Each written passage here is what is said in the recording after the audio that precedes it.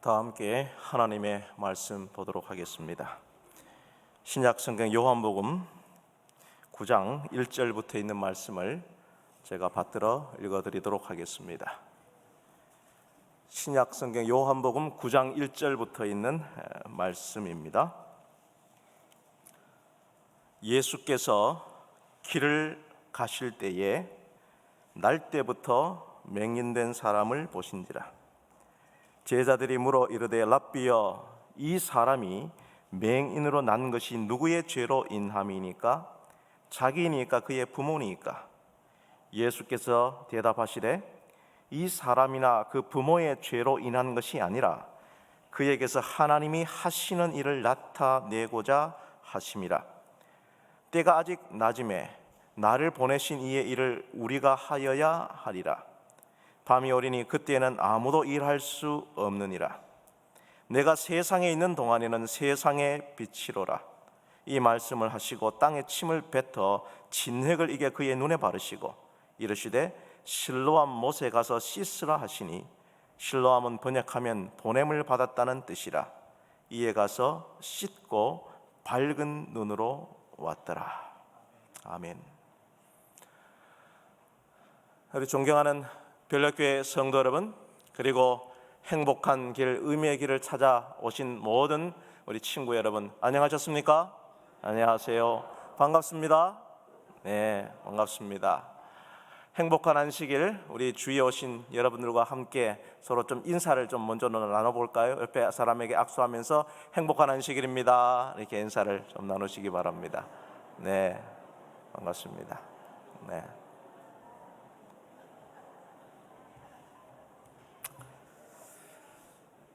자, 여러분에게 질문을 하나를 좀 드리도록 하겠습니다. 인생을 살아가면서 가장 무섭고 가장 끔찍한 고통은 어떤 고통이 있었을까요? 내 인생을 살아가면서 너무너무 참기 힘든 끔찍한 고통이 있다면 어떤 고통이 있었을까요? 네? 치과. 그 인생에는 그게 제일 큰 고통 맞아요. 저는 지금도 무서워합니다. 이 사랑니를 빼야 되는데 못 가겠어요. 겁이 나서. 또 어떤 게 있을까요? 여러분, 불면증 경험해 보셨습니까? 저는 어제 왔는데 좋은 숙소를 잡아줬는데 저는 머리만 대면 잠을 자는 사람들이 이상하게 잠자리가 바뀌었는지 잠을 많이 설쳤어요. 거의 새벽 4, 5시에 거의 잔 것 같아요. 정말 자려고 해도 못 자는 고통, 그거 경험 안 해본 사람은 못 올 거예요. 또 어떤 고통이 있을까요? 여러분, 암의 고통 여러분 경험해 보셨나요?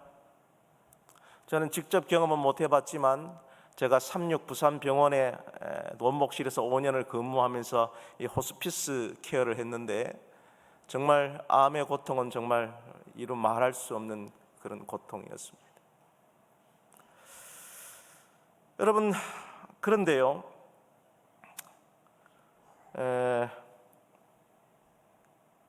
우리가 잘 아는 독일의 대문호 괴테가 이런 이야기를 했어요. 이 세상에서 가장 참기 힘든 고통은 뭐냐면 알 수 없는 고통이라고 했어요. 원인을 알 수 없는 고통이라고 했어요. 오늘 금방 우리가 읽었던 이 본문에 예수님을 향하여 길을 가다가 나면서부터 소경된 사람을 만났고 이 사람을 보면서 예수님께 질문을 합니다. 이 사람이 소경으로 난 것이 누구의 죄 때문입니까? 원인을 알 수 없는 고통, 이해할 수 없는 고통, 오늘 내게 왜 이런 고통이 나타났을까?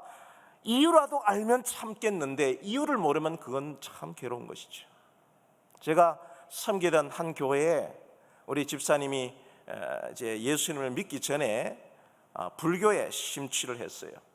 그러다가 암에 걸린 거예요. 그래서 너무너무 괴로운 거예요. 내가 제대로 살았는데, 내가 나쁜 짓 안 하고 살았는데 왜 나에게 이런 암의 고통이 찾아왔을까? 너무 그게 괴로웠어요. 원인을 알 수가 없었어. 그래서 스님한테 찾아갔더니, 스님, 제가 왜 이런 몹쓸병에 걸렸습니까? 라고 이야기했더니 그 스님이 하시는 말이, 자매님 어릴 때 국민학교 때 운동장에서 개미를 많이 죽여서 그렇대요. 여러분, 저도 어릴 때 개미 많이 잡아 죽였거든요. 미물을 소중히 안 여기고 함부로 생명을 죽였기 때문에 그 업보를 받는 거라 그래요. 여러분, 우리가 하루는 한 집사님이 교통사고가 났어요. 그래서 여러 집사님과 장로님을 모시고 신방을 갔습니다, 병원에.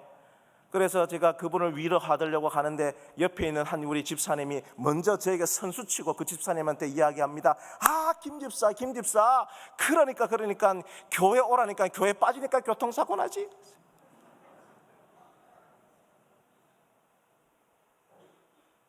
여러분, 우리가 어떤 고통을 경험할 때에, 인생의 큰 아픔을 경험할 때에 우리에게 가장 먼저 드는 질문은 나에게 왜 이런 고통이 찾아왔는가에 대한 원인에 대한 규명이 필요한 거예요. 자, 여러분, 지금 제자들이 예수님께 묻는 이 질문은, 주님, 선생님, 이 사람이 소경으로 난 것이 누구 죄 때문입니까?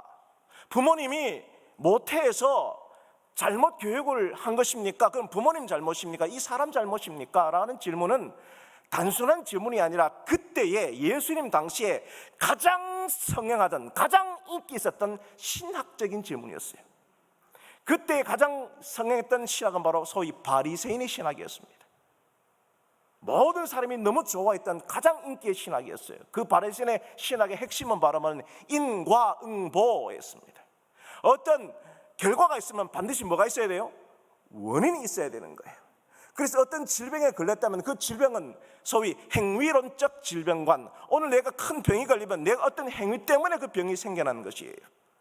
그래서 그들의 늘 삶의 관점은 언제 있는가? 그들은 과거에 맞춰져 있는 거죠. 내가 과거에 어떤 잘못을 했을까의 원인을 규명하고 그 원인을 해결하면 어떻게 해요? 앞으로 나에게 고통이 없는 것이죠. 이것이 바로 바리새인의 신학의 핵심이었습니다. 자, 이 장면을 영감의 글은 시대의 소망 471페이지에 이렇게 이야기해 주고 있습니다. 죄는 현세에서 형벌을 받는다고 유대인들은 일반적으로 믿고 있었다.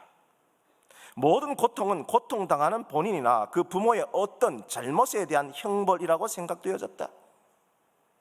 그렇잖아요? 여러분, 오늘 여러분의 삶에 당하는 그 고통이 여러분의 어떤 원인, 여러분이 어떤 잘못을 했기 때문에 받는 것이죠. 너무나 명쾌하잖아요? 그런데 우리가 믿는 하나님이 너무 답답할 때가 있어요. 내가 믿는 하나님이 아무 이유 없이, 원인 없이, 내가 뭐 잘못한 것도 없는데 내 삶에 경제적인 문제가 찾아오고 암이 걸리고 인간관계가 깨어지고 고통의 불면의 날이 지속된다면 아무 이유 없는 그런 정말 변덕스럽고 불합리한 그런 하나님을 참 믿기가 어려운 거 아닙니까? 모든 고통은 하나님의 율법에 대한 범법에서 초래되었다는 것이 사실이지만 그렇습니다. 우리가 죄의 원인, 그 죄 때문에, 그 죄의 삭 때문에 죽임이 오는 것은 대명제죠. 그러나 이 진리는 곡해되어 왔다는 것입니다. 곡해됐다는 것이죠. 죄와 죄의 모든 결과의 장본인은 사단은 사람들로 하여금 질병과 죽음은 죄 때문에 당하는 독단적인 형벌로서 하나님에게서 오는 것으로 생각하게 하였다. 여기에 중요한 곡해점이 있는 거예요. 그래서 큰 고통 혹은 큰 재난에 빠진 자들은 큰 죄인으로 간주되는 짐을 더 얹어졌었다. 이와 같이 해서 유대인들이 예수를 거절할 길이 준비되었다는 거예요. 왜 예수님을 믿지 않았을까요? 여러분, 우리 눈에 지금 예수님 있는데 안 믿을 사람이 어디 있습니까? 그 수많은 그런 기적을 베풀었는데도 불구하고 유대인들은 예수를 믿지 않았어요. 왜요? 바로 이 신학 때문에 그런 거예요. 죄짐 맡은 우리 구주. 말도 안 되는 소리. 어떻게 내 죄짐을 내가 져야 하는데 대신 누가 져줄 수 있단 말인가? 그는 징벌을 받아서 하나님께 맞으며 고난을 당하는 것으로 간주되어 그들은 예수를 외면했다 그랬어요. 십자가의 가장 큰 형태를, 가장 무서운 형벌을 받았기 때문에 예수님은 하나님으로부터 큰 잘못을 졌기 때문에 그 벌을 받는 거야. 절대 그 사람을 따를 수 없죠. 이 신학적 관점으로 보면.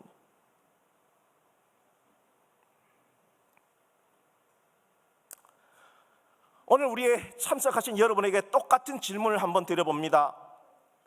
오늘 여러분의 삶 속에 일어난 일이 누구 죄 때문에 여러분의 삶에 이런 고통이 여러분에게 찾아왔나요? 무슨 잘못 때문에 여러분 고통을 지금 경험하고 있습니까? 바리새인의 신학은 그 원인만 제대로 찾아내면, 그 원인을 잘라내면 결과가 없는 것이죠. 그래서 그들은 늘 행위론적 질병관, 행위에 집중을 했어요. 그들은 늘 율법에 집중했어요. 인과 응보, 늘 그들의 관점은 과거에 가 있었던 것이에요. 가장 유행했던 신학적 질문이 바로 이 제자들의 질문이었습니다. 자, 그런데 오늘 이 저녁에 여러분과 제가 오늘 예수님께 이 질문보다는 가장 본질적인 하나의 질문을 드리고 싶어요. 그것은 누가복음 9장 40절에 이 기적이, 날 때부터 소경된 사람이 눈을 뜬 이 기적이 일어난 이후에 그것을 봤던 사람들이 그들의 마음속에 날 때부터 소경된 사람이 누구 죄 때문인가의 질문이 이 질문으로 바뀌었어요. 그러면 우리도 소경인가? 그렇습니다, 여러분. 오늘 이 시간에 여러분의 삶에 저는 여러분 각자 개인을 다 알지 못하지만 우리는 각자 다 나름대로의 고통을 안고 살아가고 있어요. 문제를 갖고 살아가고 있어요. 그러면 그 문제가 여러분 어떤 원인에서 왔을까요? 그 원인을 너무 규명하고 싶어요. 더 나아가서 우리는 이 공동체를 비판합니다. 도대체 이 교회가 왜 이 모양 이 꼴인가? 누구 죄 때문인가? 누구 탓 때문인가? 우리는 늘 거기에 관점을 가지고 살죠. 그것은 바로 바리새인의 신학의 핵심인 것입니다. 우리는 어떤 사고가 나면, 어떤 결과가 있다 보면 늘 그 원인에 집중하고 그것을 비난하고 그 원인을 규명하려고 합니다. 그러나 오늘 저 여러분의 마음속에 이 질문이 바뀌어서, 그렇다면 누가 소경인가 말이에요. 나도 소경인가? 우리도 소경인가? 여러분, 이 질문에 대한 그 답을 찾는 이 밤 되기를 간절히 바랍니다. 자, 그러면 첫 번째로, 누가 진짜 소경인가? 우리도 소경인가? 이 답을 알려면 반대로 이것을 찾아내면 돼요, 논리적으로. 그러면 소경이 안 되려면 어떻게 해야 되는가? 첫 번째로, 우리 모두가 다 눈을 떠서 지금 보고 있다 하지만은 영적인 소경인데, 그 소경이 안 되려면 먼저 과거의 원인보다는 미래에 일어날 하나님의 일을 볼 줄 알아야 소경이 안 되는 거예요. 자, 여러분 성경 본문을 봅시다. 9장 3절을 보시면 제자들의 그 질문, 이 소경이, 날 때부터 소경된 이 사람이 누구 죄 때문에 이렇게 고통당합니까? 라는 그 질문에 예수님은 답을 하지 않으셨어요. 대신 이렇게 말씀하셨습니다. 그에게서 하나님이 하시는 일을 나타내고자 하십니다 그랬어요. 그 원인에 대한 답변을 주시기보다는 이 사람을 통하여 하나님이 하시는 일을 나타내고자 하신다 그랬어요. 이 장면을 시대소망 471페이지는 아주 중요한 영감의 포인트를 이렇게 이야기해 주고 있습니다. 제자들은 누가 죄를 지었느냐 혹은 안 지었느냐에 대한 논의할 것이 아니라 소경의 눈을 밝게 하시는 가운데 나타난 하나님의 능력과 은혜를 깨닫도록 요청받았다 그랬어요. 그렇습니다, 여러분. 여러분의 삶 속에 어떤 문제가 찾아오고 고통이 찾아오고 상처가 찾아오거든 이것이 누구 죄 때문인가, 어떤 원인을 규명하고 과거의 관점에 사로잡히지 말고 이 일들을 통하여 하나님이 나에게 어떤 은혜를 베풀지, 어떤 놀라운 능력을 베풀지를 여러분 발견하게 되길 바라요. 그래야 소경이 안 되는 거예요. 믿음은 바라는 것들의 실상이요, 보지 못하는 것들의 증거죠. 지금 우리 눈에 아무것도 없어요. 아브라함은 갈 바를 알지 못하고 갔어요. 이스라엘 백성들은 그 견고한 여리고성을 그냥 아무 대책 없이 돌았어요. 노아는 한 번도 보지 못한 그 비가 올 줄 알고 방주를 지었어요. 이 사람들을 히브리서 11장에는 믿음의 사람이라고 그러는데, 믿음은 뭐냐? 눈에 지금 보이는 게 아니라 바라는 것들의 실상이요, 보지 못하는 것들의 증거란 말이에요. 그런데 그것을 거꾸로 이야기해 보면 믿음은 바로 뭐냐면 미래에 있는 것들을 현재화하는 거예요. 지금 우리 눈에는 아무것도 보이지 않아요. 실망이에요, 절망이에요, 문제예요, 여전히 상처가 있어요. 그러나 믿음의 사람은 지금 우리의 원인, 과거에 있는 것을 보는 것이 아니라 하나님께서 어떤 일을 행하실지 그 미래를 통하여 오늘 현재와 과거를 조망할 줄 알아야 돼요. 그것이 믿음의 사람의 눈이에요. 그래서 여러분, 영화를 보면 벤자민 버튼의 시간은 거꾸로 흐른다라는 영화가 있어요. 참 좋은 영화예요. 즉 우리의 시간은 보통 우리가 소위 크로노스적으로 흘러갑니다. 과거에서 현재에서 미래로 흘러가죠. 우리는 이 시간의 흐름 속에 우리는 매몰되어 있어요. 늘 거기서 우리는 생각하기 때문에 우리의 시야는 좁고 보지 못하고 소경으로 전락할 수밖에 없어요. 그러나 영적인 눈을 뜨려면 오늘 여러분의 삶 속에 있는 그 과거의 모든 과거의 원인보다는 이 일들을 통하여 오늘 나에게 현재의 고통을 하나님께서 어떻게 역사하시고 어떻게 은혜롭게 이 사실을 바꿀 것이에 대한 미래의 모습을 보고 여러분 현재와 과거를 볼 줄 알아야 돼요.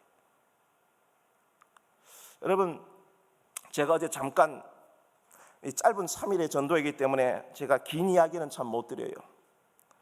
그런 이야기 하려면 밤새야 합니다. 밤샐까요? 별로 대답이 신통치 않는 분이에요.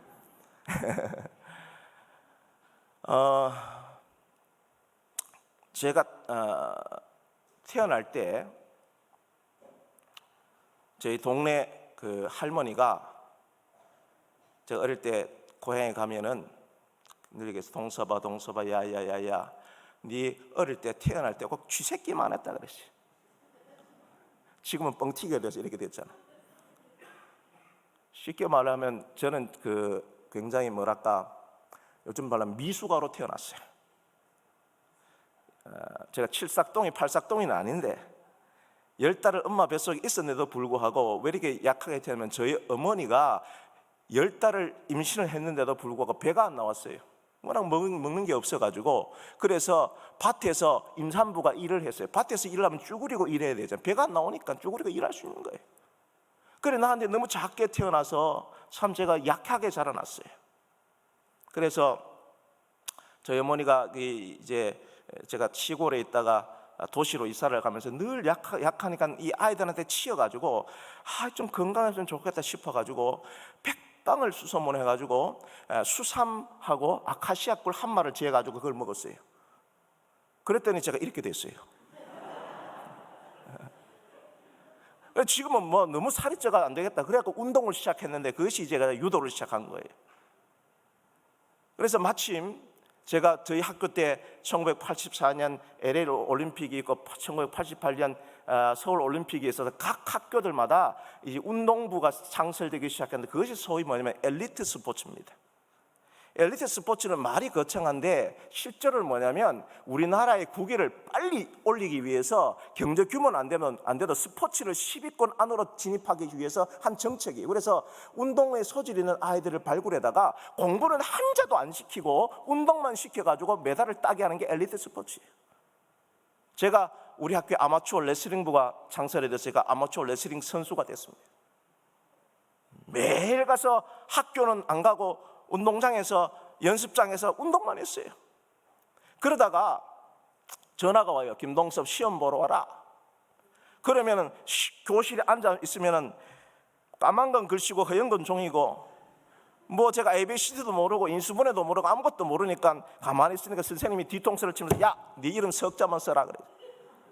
제 이름 석자 써놓으면 그 반 평균 점수가 제 점수가 됐어요. 여러분, 금메달 1개가 났습니까? 은메달 100개가 났습니까? 예? 왜요? 이놈의 세상은 누구만 기억해? 제가 요구는 할 수 없고. 여러분, 제가 금메달을 땄겠습니까? 못 땄겠습니까? 예? 금메달 땄으면 제가 여기 있겠습니까?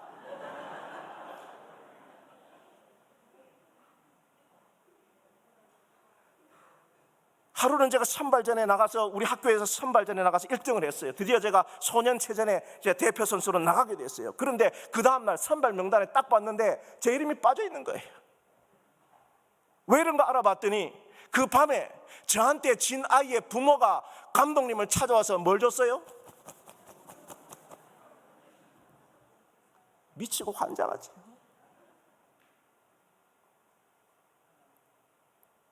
너무 억울했어요. 왜 우리 부모님은 부자가 아니란 말이에요. 답답했어요. 제 마음에 그때부터 늘 원망과 분노가 가득 찼어요. 여러분, 이번 기간에 저를 만난 걸 다행으로 생각하세요. 그때 제가 제 눈에 항상 이랬습니다. 걸리기만 걸려봐. 어제 우리 장로님 주사 만났더니 참 인상이 좋다 그래서 참 제가 너무 감사했어요. 늘 제가 담배를 폈습니다. 중학교 1학년 때부터. 그냥 호기심으로 핀 게 아니에요.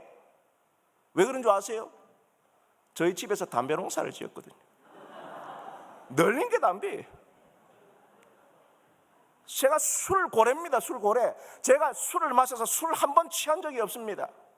왜 그런지 아세요? 거짓말 하나 못하고 저희 옆집이 막걸리 양조장이었습니다. 그래서 어릴 때 배고파서 술 찌끼면 무지하게 먹었습니다. 그러니까 보통 술 먹어도 술이 안 취해요. 운동을 했다 힘은 있지 너무너무 부조리하고 울분나고 우라통이 터져가지고 이 힘을 쓸 데가 없어서 만나는 사람마다 시비 걸고 제가 싸움질밖에 안 했어요. 아무런 희망이 없었습니다. 절망으로 살아갔습니다. 술 마시고 담배 피고 싸움박질하고. 공부는 했나요? 공부 한자 못하고. 그 젊은 청춘을 절망으로 살아갔어요. 왜 나에게 이런 일이 일어나 말이에요? 왜 나에게? 하나님 도대체 어떤 분이시냐 말이에요. 교회도 참 희한해요. 이름 또 얼마나 긴지 한 번에 다 대답도 못하겠고 제7안식을 예수 재림교회 별력교회 숨차서 죽겠어요. 재수가 오지기도 없게 이런 교회 만나가지고 교회 가기도 힘들고.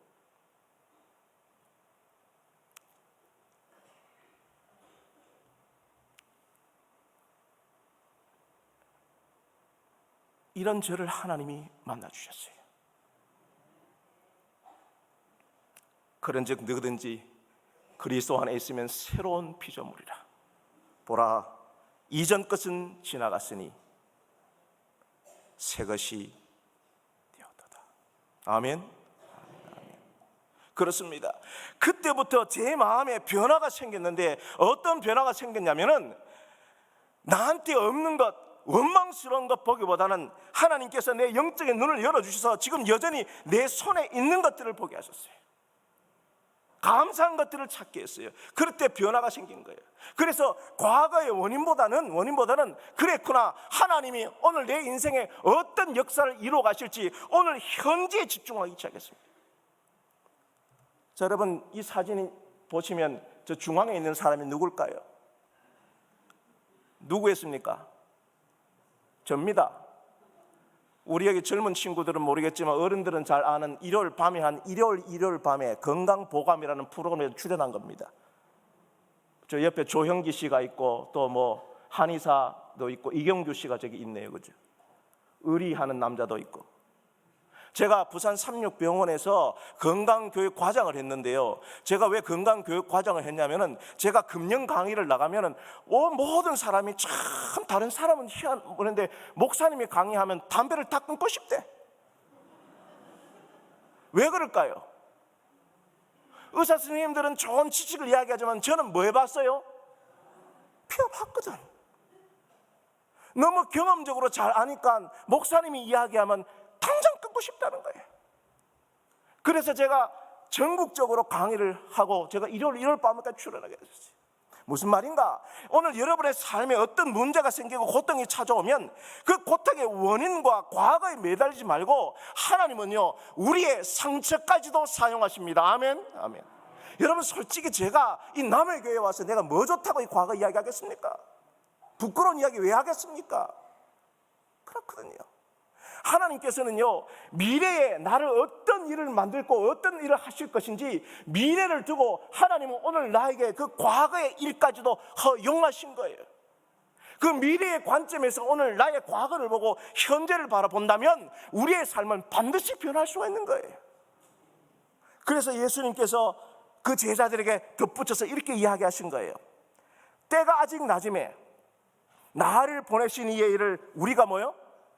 하여야 하리라. 그렇습니다. 예수님을 믿는 사람은 가장 중요하게 현재를 어떻게 생각해야 하는가? 때가 아직 낮이라 말이에요. 예수님이 있으면 밤이 아니에요. 절망이 아니에요. 낮이라 말입니다. 그러므로 지금 현재의 이 상황 속에서 나를 보내신 이의 일을 우리가 뭐요? must. 현재를 하자 말이에요. 여러분, 우리 삶에 귀한 것 세 가지가 있다면서요. 그게 뭐냐면은 하나는 황금이고, 하나는 소금이고, 그 다음 또 뭐예요? 지금이라고요. 우리의 관점은 현재를 보자 말이에요. 과거의 상처 때문에 오늘 현재의 복을 시야에서 놓치지 말게 되기를 간절히 바랍니다, 여러분. 그래서 여러분의 삶에 어떤 문제가 있고 고난과 고통이 있을 때에 과거에 사로잡히지 말고 오늘 현재 내가 하나님께서 이 현재 지금 나에게 하나님이 어떤 역사, 어떤 은혜, 어떤 능력을 베풀지에 대한 관점을 갖다 보면 하나님이 과거에까지도 합력하여 선으로 바꾸십니다. 우리의 미래도 열어주시는 거예요. 아멘? 아멘. 그런 복을 여러분 이 시간에 모두 깨닫기를 간절히 바랍니다, 여러분. 예. 그래서 우리가 잘 아는 이 보지 못하고 듣지 못하고 말하지 못하는 이 삼중고를 겪었던 헬렌 켈러가 이렇게 이야기했잖아요. 행복에 다른 문이 닫히면 다른 쪽 문이 열린다. 그러나 흔히 우리는 닫혀진 문을 오랫동안 보기 때문에 우리를 위해 열려있는 문을 보지 못한다. 내 육체의 눈을 잃어버림보다 더 큰 비극은 마음의 눈을 잃어버리는 것이다. 앞을 보지 못하는 것보다 더 큰 비극은 뭘 보지 못하는 거예요? 미래를 보지 못하는 거예요. 그러므로 사랑하는 여러분, 오늘 이 저녁에 여러분의 삶에 어떤 고통이 있든지 어떤 문제가 있든지 내가 왜 무엇 때문에 이런 고통을 당해야 할까라는 원인을 찾기보다는 오늘 지금 현재 하나님께서 이 일을 통하여 어떻게 역사하실지, 어떤 하나님의 은혜가 임할지 지금 현재에 집중하시고 과거를 합력하여 선으로 바꾸시고 여러분 미래를 발견하는 저와 여러분 되기를 간절히 바랍니다. 자, 두 번째로 우리가 그러면 소경이 안 되려면 어떻게 해야 되는가? 자, 성경을 한번 봅시다. 자, 이 날 때부터 소경된 사람이 예수님께서 진흙을 침을 뱉어가지고 이겨가지고 눈을 바르셨어요.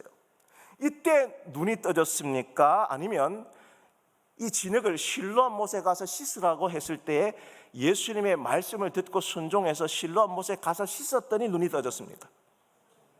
언제 떠졌습니까? 그렇죠? 자, 그래서 저는 이 두 가지로 제가 구분을 해봅니다. 이 날 때부터 소경이 언제 눈을 떠졌는가? 즉 예수님이 침을 받다 진흙을 이겨서 눈에 발랐던 것을 저는 행위 계시라고 정리를 해보고요, 실로 못에 가서 씻으라고 주신 그 말씀을 저는 언어 계시라고 정리해 봅니다. 여러분, 언제 눈이 떠졌다고요? 언제 눈이 떠졌다고요? 이 행위 계시 때 눈이 떠졌습니까? 예수님의 말씀을 듣고 순종했을 때 눈이 떠졌습니까? 그렇죠. 자, 그러면 우리가 두 번째로 우리가 소경이 안 되려면 우리의 삶의 어떤 행위보다는 우리 주님의 말씀을 발견할 줄 알아야 돼요. 자, 봅시다. 그리고 나서 9장 7절에 이르시되 실로암 못에 가서 씻으라 하시니, 가로치고 실로암 번역하면 보냄을 받았다는 뜻이라고 가로 닫았어요. 성경 번역본을 다 찾아보시면 이 실로암이라는 이 단어를 다 이렇게 해석 번역해 주고 있습니다. 왜? 이 실로암이라는 이 단어의 뜻을 명확하게 번역하고 이해해야 이 말씀의 진의를 제대로 깨달을 수 있기 때문에 그런 거예요. 무슨 말인가 하면 실로암이 무슨 말입니까? 보냄을 받았다는 뜻은 뭐냐면, 이스라엘에 가시면 저 실로암 못이에요. 저 실로암 못은 그냥 단순히 거기서 자연적으로 샘솟은 못이 샘이 아닙니다.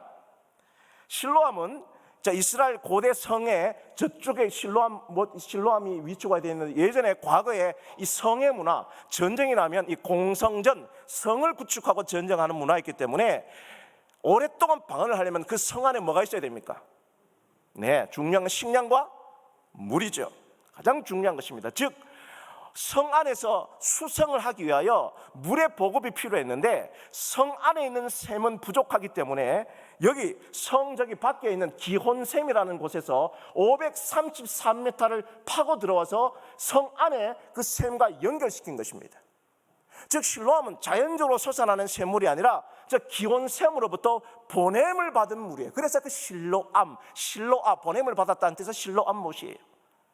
저 533m 그 길이, 예전엔 토목에 대한 정확한 이해가 없었기 때문에 이쪽 끝에서 파고 이쪽 끝에서 파서 서로 하다 보니까 꾸불탕 하다가 운이 좋게 탁 만났어요. 그래서 거기에 현판을 새겼습니다. 우리가 여기서 만났다. 그걸 발견한 사람이 우리 교단의 유명한 고고학자 지그프리드 홈 박사였어요. 이게 바로 히스기야 터널입니다.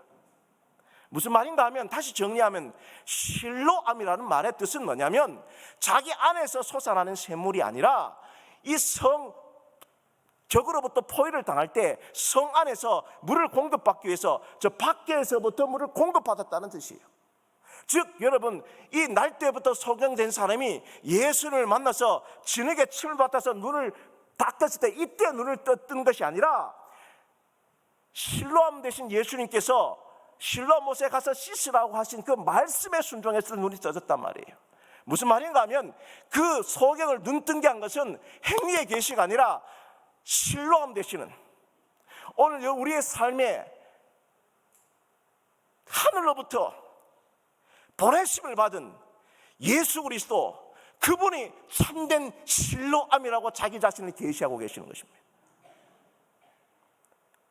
진짜 여러분의 눈을 뜨게 할 분, 우리의 영적인 눈을 뜨게 할 분은 하늘로부터 보냄받은 예수 그리스도, 그분 실로암 되신 예수님의 말씀을 여러분 발견하게 되기를 간절히 바랍니다. 그것을 볼 줄 알아야 된단 말이에요. 그래서 이 비결을 알았던 사도 바울은 고린도 후서에서 이렇게 이야기하죠.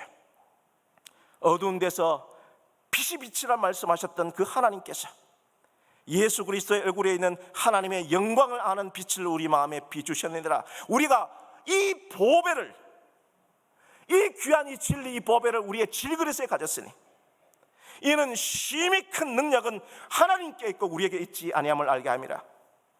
우리가 사방으로 우겨싸움을 당하여도 쌓이지 아니하며, 답답한 일을 당하여도 낙심하지 아니하며, 핍박을 받아도 버림받지 아니하며, 거꾸로 틈을 당하여도 망하지 아니하고. 아멘, 아멘. 오늘 여기 참석하신 성도 여러분, 참석하신 친구 여러분, 오늘 여러분의 인생이 무엇으로 포위되어 있습니까? 경제적인 문제입니까? 인간관계의 문제입니까? 건강의 문제입니까? 어떤 우울이 여러분의 삶을 둘러싸고 여러분을 꼼짝달싹도 못하고 있을 때에 밖에서부터 보냄을 받았던 참된 실로암 되신 예수 그리스도, 그분의 말씀을 통하여 여러분의 영적인 눈이 뜨게 되기를 간절히 바랍니다. 그게 하나님의 능력이에요. 자, 그러므로 우리가 소경이 안 되려면 주님의 이 행위 계시보다는 늘 우리 주님이 나에게 어떤 말씀을 하셨는지, 여러분의 삶에 고통이 있을 때, 문제가 있을 때마다 하나님 나에게 한 말씀만 하옵소서, 하나님의 말씀을 사모하고 말씀을 갈급하는 저와 여러분 되기를 바라요. 자, 마지막 세 번째로. 그러면 목사님, 왜 예수님께서 침을 뱉어서 그 진흙을 이 소경의 눈에 발랐냐 말이에요. 여러분, 예수님 침은 깨끗할까요? 더러울까요? 저는 성경을 읽을 때마다 상상해서 읽거든요. 여러분, 예수님 이 소경 앞에서 침을 뱉어 진흙을 바를 때 침을 예수님이 어떻게 뱉었을까요? 이렇게 아니에요. 저는요,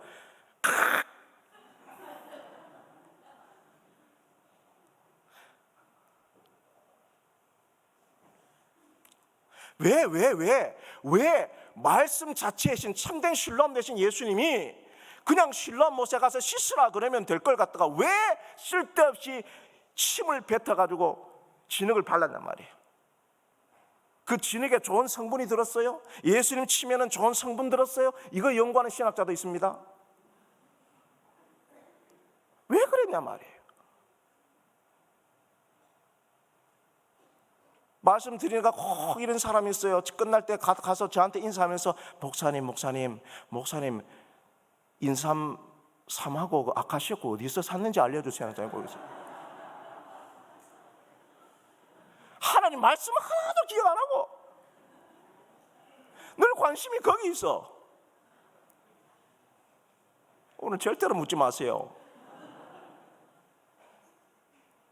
왜 제가 두 번째 말씀드린 여러분 행위보다는 하나님의 말씀을 발견하라고 이야기했는데 그 말씀에 순종하면 됐지 왜 예수님이 그 더러운 침 발라가지고 그 진흙을 눈에 턱 발랐단 말이에요. 왜 그럴까요? 세 번째로 우리가 소경이 안 들려면 그 행위보다는 그 행위를 하신 주님의 본심을 알아야 돼요. 무슨 말인가 하면 우리 팀 켈러라고 하는 미국의 리디머 처치 뉴욕의 이 교회에 있는 목사님이 탕부 하나님이라는 책을 통해서 우리에게 이렇게 이야기합니다. 말로는 예수님을 믿는다면서 그것이 우리의 생활 방식에 영향을 미치지 못한다면 그 해결책은 지금부터 힘써 믿음의 행위를 더하게 한다보다는 처음부터 우리가 예수를 진정으로 이해하거나 믿지 못한 데서 출발해야 된다 그랬어요. 여러분, 우리의 삶에 변화가 없다면, 우리의 신앙에 변화가 없다면 내가 어떤 더 다른 행위를 통하여 우리의 신앙을 더 높이려고 애쓰기보다는 근본적으로 돌아와서 내가 예수님을 관하여 본질적으로 예수님을 어떻게 이해하고 있느냐, 예수님을 어떻게 믿고 있느냐를 체크해 봐야 된다는 거예요. 왜 아무 쓸데없는 그 행동을 왜 침을 받아서 진흙을 붙였느냐? 그 예수님의 그 본심, 예수님을 제대로 이해하기 위해서는 무슨 말인가 하면 우리의 믿음이 얼마나 얄팍하고 얼마나 천박한지 예수님이 너무 잘 알기 때문에 그래요. 실로암 못에 가서 씻으러 가면 여러분 가서 씻을 사람이 있을까요, 없을까요? 저는 없다고 봅니다. 왜 미친 사람이 와가지고 실로암 못에 가서 씻으면 내 눈이 떠질까? 이 사람이, 이 소경이 실로암 못에 가서 왜 씻었어요? 예수님이 더러운 침을 하고 뱉어가지고 진흙에다 이겨가지고 눈에 떡 발라놓으니까 가서 씻을 수밖에 없기 때문에 그런 거예요. 이게 원인이에요. 무슨 말인가 하면 우리의 믿음이 늘 행위에 집중되어 있는 우리의 모든 신앙이 진짜 한 말씀, 하나님의 말씀을 바라는 신앙으로 바뀌기 위해서 그렇구나, 너 신앙이 너무 약하구나, 믿음이 약하구나, 그래서 하나님께서 우리에게 주신 그 말씀에 순종할 수 있도록 동기를 만들어 주신 하나님의 은혜일 줄 여러분 믿습니다. 여러분, 이걸 아셔야 돼요. 그래서 나중에 이 소경을 만났어요. 예수께서 저희가 그 사람을 쫓아냈다는 말을 들으셨더니 그 사람을 만나서 가라사대 내가 인자를 믿느냐? 대답하되 주여 그가 누구시니까? 내가 믿고자 하나이다. 예수께서 가라사대 내가 그를 보았거니와 지금 너 말하는 자가 그다. 그때 이 소경의 고백입니다. 주여 내가 믿나이다. 아멘, 아멘, 아멘. 사랑하는 여러분, 오늘 이 시간에 하나님께서 여러분의 삶에 수많은 고통을 허락하세요. 고난을 허락하세요. 상처를 허락하세요. 과거의 아픔을 허락하세요. 그것을 여러분께서 과거의 원인만 집중한다면, 하나님 오늘 현재의 은혜를 발견하지 못한다면 늘 과거에 얽매여서 살 수밖에 없어요. 그러나 하나님이 나에게 주신 그 고난의 모든 것은 하나님의 말씀에 순종할 수 있는 동기를 마련해 주다는 사실을 깨닫기를 간절히 바랍니다. 그게 영적인 눈을 뜨는 거예요.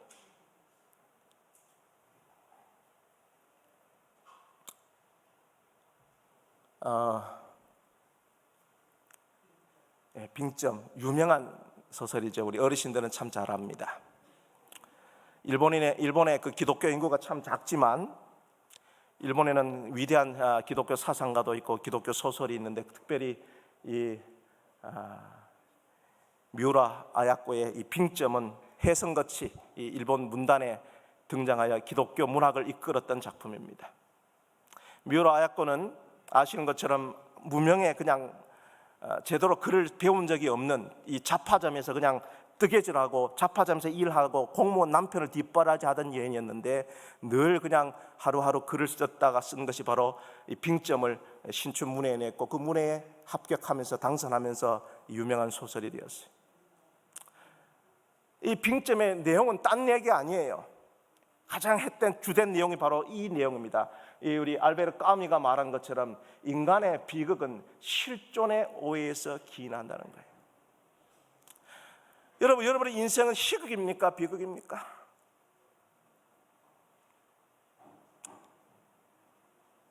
여러분의 삶에 지금 비극을 경험하는 사람들이 많죠. 그런데 그 모든 인간의 비극은 어디서 오는가 하면 자기 자신의 그 실존의 오해에서 온다는 거예요. 실존의 오해. 제가 그렇게 살았어요.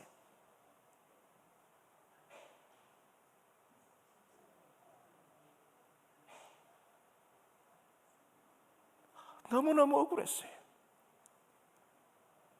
하나님, 너무 억울해요. 내가 열심히 운동해서 내가 1등을 하고 내가 대표 선수가 됐는데도 불구하고 그런 일 때문에 내가 선수로 출전하지 못하는 상황이 너무너무 억울했어요. 너무 원통했어요. 너무 부모님이 원망스러웠어요. 여러분, 오늘 여러분의 삶에 어떤 고통이 일어날 때 너무 억울하지 않습니까? 내가 교회 열심히 다녔어요. 헌금도 열심히 했어요. 내가 착실하게 교회 생활 다 했는데도 왜 나에게 이런 암이 찾아오고 이런 경제적인 문제가 찾아오고 왜 이런 어려움이 생기나요? 여러분, 하나님 앞에 억울해 라고 하나님께 호소해 본 적 없어요? 저는 많아요.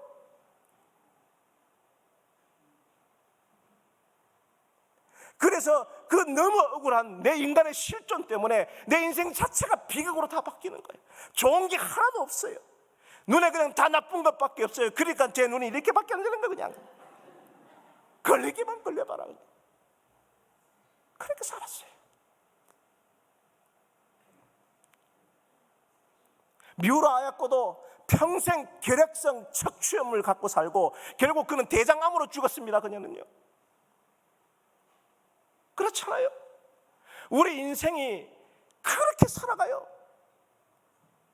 그런데도 그 여인이 인생을 통하여 평생 결핵성 척추염으로 고생하고 대장암으로 죽으면서까지도 그 여인이 발견했던 것은 뭐냐면, 인간의 비극은 인간의 실존의 오해에서 기인한다고 생각하고, 억울해 내 인생 너무나 억울해, 내 인생 자체가 왜 요 모양이야 요 꼴이라고 했던 그 마음에, 누구나 갖고 있는 그 마음의 자리를 갖다가 빙점이라 그런 거예요. 얼음으로 단단하게 있는 게 바로 그 부분이에요. 성도들을 만납니다. 영혼들을 만나요. 어려운 삶을 고통당하는 사람을 위로하고 하나님의 말씀을 전해줘. 그러나 그들의 마음은 여전히 단단한 얼음덩어리로 가득 차 있어요. 아무리 두드리고 아무리 깨쳐도 그게 깨지지가 않아요. 목사님 그런 말 하지 마세요. 목사님, 내 고통 경험해 봤나요? 경험 안 해본 사람은 모릅니다. 오늘 이 저녁에 이 자리에 초청받아 온 사람들도 제가 아무리 소리치고 말씀을 전해도 여러분 각자 마음속에 이런 단단한 빙점들이 있는 거예요. 여러분, 그 얼음 같은 차가운 빙점들이 하나님의 말씀으로 녹아지고 끼어지게 되기를 간절히 바랍니다. 그런 역사가 필요해요. 그래서 저는 이런 사람들을 찾아봤어요. 여기 아는 사람이 장 도미니크 법이라는 사람은 프랑스 유명한 엘르 잡지의 편집장이었습니다. 그러나 그의 나이 43세 때에 어느 한순간 뇌졸중이 찾아오면서 모든 걸 다 잃어버렸어요. 제일 잘 나가는 엘르의 편집장이 한순간 다 잃어버렸어요. 그렇잖아요. 내 인생 왜 요마양 요꼴이나 그렇게 원망할 수 있잖아요. 자기 존재에 관해서 이해할 수 있잖아요. 여러분, 배고파도 사람요 죽지 않아요.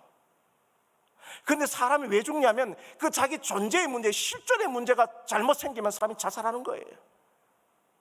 여기 보이는 알파벳 숫자들이 쭉 나열되어 있는데 저게 특별한 뜻이 있는 것이 아니라 그런 고통의 순간에 이 법인은 포기하지 않았어요. 뭐라고 이야기했냐면 단지 아주 나쁜 번호를 뽑았을 뿐 나는 장애자가 아니다 그랬어요.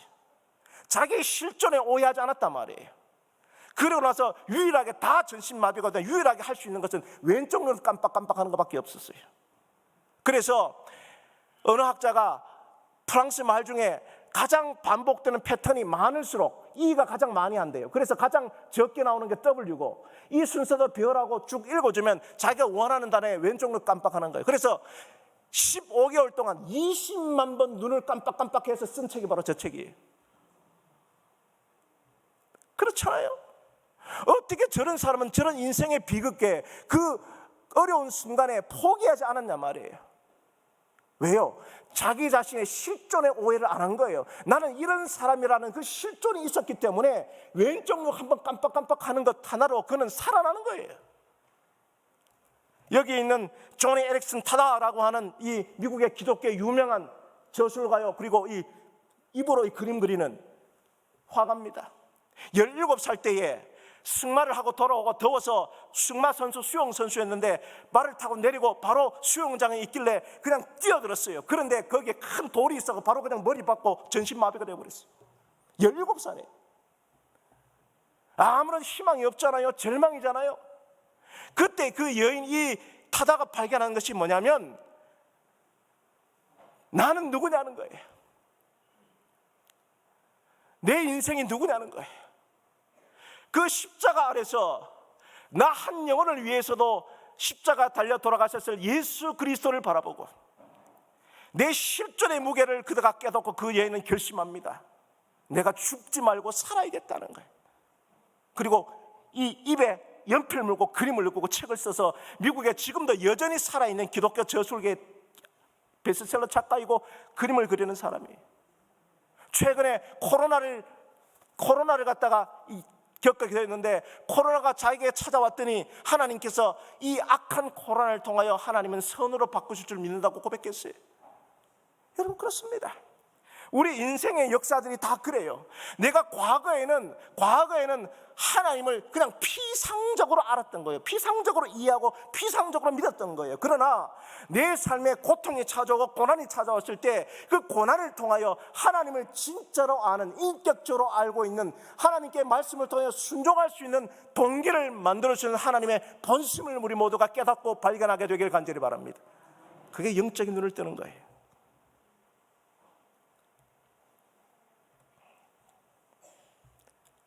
인간의 비극은 실존의 오해에서 기인한다. 오늘 이 밤에 여러분의 마음에는 어떤 빙점들이 있습니까? 멀리서 시골에서 제가 올라와서 이렇게 소리쳐도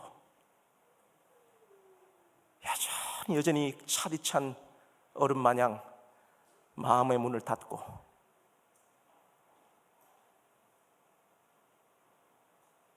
이 하나님의 귀한 말씀을 발견하지 못하는 여러분들은 오늘 이 자리에 있지 않습니까? 여러분보다 더 험한, 보지 못하고 듣지 못하고 말하지 못한 고통을 갖던 헬렌 켈러는 이렇게 고백했습니다. 얼굴을 계속 햇빛을 응시하도록 하라. 그러면 당신의 그림자를 볼 수 없다. 그래요. 우리는 다 그림자가 있죠. 남에게 말하기 어려운 아픔들이 다 있습니다. 그럴 때일수록 여러분의 삶의 그 고난을, 그 고통을, 그 상처를 허용하게 하신, 그 고난을 통하여 하나님의 말씀에 진실로 순종하게 만드시는 하나님의 본심을 발견하게 되기를 간절히 바랍니다. 므로 아야코는 이렇게 고백합니다. 역사의 주관자가 하나님이심을 진정으로 믿는다면 오늘 우리의 힘을 빼놓으시는 분 또한 주님임을 믿어야 합니다. 지금이야말로 실은 주님보다 우리 자신과 우리 자신의 것을 더 신봉해온 우리가 주님 앞에서 철저하게 겸손해질 때요, 우리의 연약함을 주님 앞에 고백할 때입니다. 어떤 의미에서든 교만에 힘이 빠진 사람만 주님의 가르침 속에서 강철보다 더 강한 진리의 삶을 살 수 있습니다. 기억하십시오. 우리가 여호와께로 돌아가자. 여호와께서 우리를 찢으셨으나 도로 낫게 하실 것이요, 우리를 치셨으나 싸며 주실 것입니다. 여러분의 삶에 하나님이 치셨다면, 여러분의 삶을 찢으셨다면 도로 낫게 하고 싸며 주실 분도 하나님이심을 여러분 발견하게 되기를 간절히 바랍니다.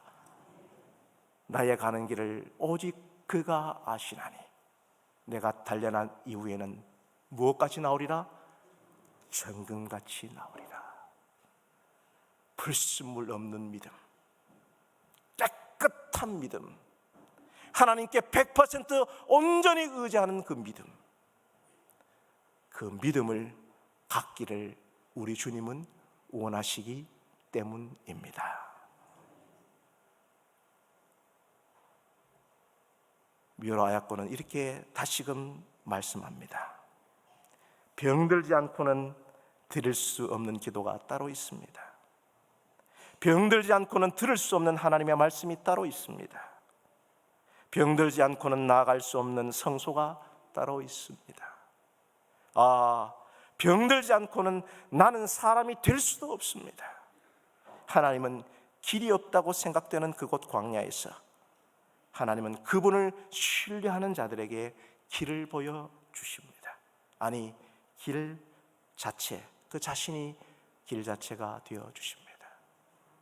여러분, 이 뮤라 아야코의 고백에 여러분도 동의하십니까? 네.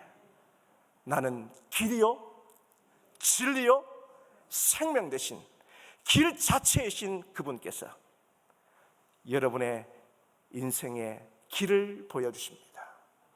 그분에게 여러분의 참된 인생의 길을 묻게 되기를 간절히 바랍니다.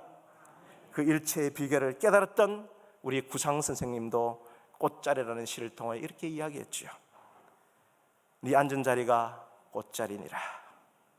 네가 시방 가지방석처럼 여기는 너희 앉은 그 자리가 바로 꽃자리니라. 오늘 이 밤에 여러분의 삶에 수많은 가시방석 같은 그 순간에 여러분은 눈을 떠서 하나님이 나에게 진짜 한 말씀을 제대로 믿고 순종할 수 있도록 그 순종의 동기를 만들기 위하여 가시방석을 주셨는데 그게 가시방석이 아니라 진짜 꽃방석이라는 사실을 우리 모두가 깨닫기를 간절히 바랍니다. 여러분, 영국에 가면 영국의 성공의 대성당에 윌리엄 홀만 헌트가 그린 세상의 빛이라고 하는 명화가 저렇게 걸려 있대요. 저 명화를 자세히 보면 예수님은 등을 들고 비추고 계시고 그 문 앞에는 가시덤불과 엉겅퀴가 가득 차 있죠. 그리고 예수님은 밖에서 문을 두드리십니다. 오늘 여러분 마치 라오디게아 교회처럼 우리가 곤고하고 가련하고 가난하고 벌거벗고 눈먼 우리의 실상을 보지 못하고 영적인 교만과 지적인 교만으로 가득 찬 우리를 향하여 오늘 이 시간에 밤에 등을 켜고 여전히 우리의 마음의 문을 두드리고 계신단 말이에요. 그런데 우리의 마음의 문은 저 굳게 닫힌 문처럼, 아니 빙점처럼 견고하게 오늘 문을 닫고 있는지 모르겠어요. 그런데 저 문은 자세히 보면 문고리가 밖에 없어요. 우리 하나님은, 우리 주님은 이 우리를 향하여 모든 것을 다 하실 수 있는 분이지만은 강제로 하지 않는 것이 있는데, 그것이 바로 뭐냐면 우리의 마음의 문을 밖에서 강제로 열지 않습니다. 여전히 가시덤불과 엉겅퀴가, 실제 우리가 아무것도 보지 못하면서 보는 척하고, 가난하면서도 있는 척하고, 벌거벗었으면서도 입은 것처럼 영적인 교만으로 가득 찬 우리의 마음속에 우리 예수님은 강제로 문을 열어서 가르쳐 주고 싶지만은, 빛을 비추고 싶지만 절대로 우리 주님은 강제로 우리의 마음의 문을 열기를 원치 않으세요. 내가 문 밖에 서서 두드리노니, 누구든지 내 음성을 듣고 문을 누가 내가 열면 내가 그에게로 들어가 그로 더불어 먹고 그는 나로 더불어 먹으리라. 아멘. 아멘. 오늘 이 밤에 여러분 그 마음의 문을 여시게 되기를 간절히 바랍니다. 그리고 그 주님이 비치는 이 세상의 빛 대신 주님이 비추시는 그 빛을 통하여 우리의 실상, 진정 소경으로 살아왔던 그 실상을 깨닫고 참된 영적인 눈을 떠서 참된 행복의 길 자체 되신 예수 그리스도 앞으로 나가는 저와 여러분 되기를 간절히 바랍니다. 우리 다 함께